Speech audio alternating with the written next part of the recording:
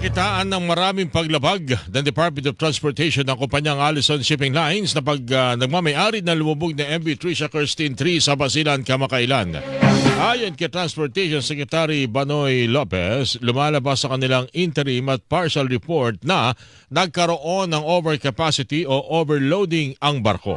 Hindi natimbang ang barko kaya ito nagkapaglayag at hindi tugma ang bilang ng mga deklaradong pasahero nito sa aktual na sakay.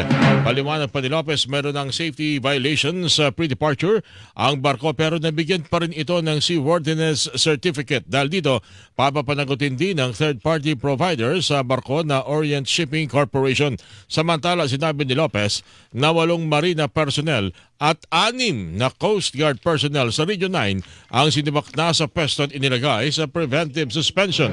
Sakali makita na sapat na ebidensya, susunod naman na hakbang ng DOTR ay ang posibleng pagsasampa ng kasong kriminal.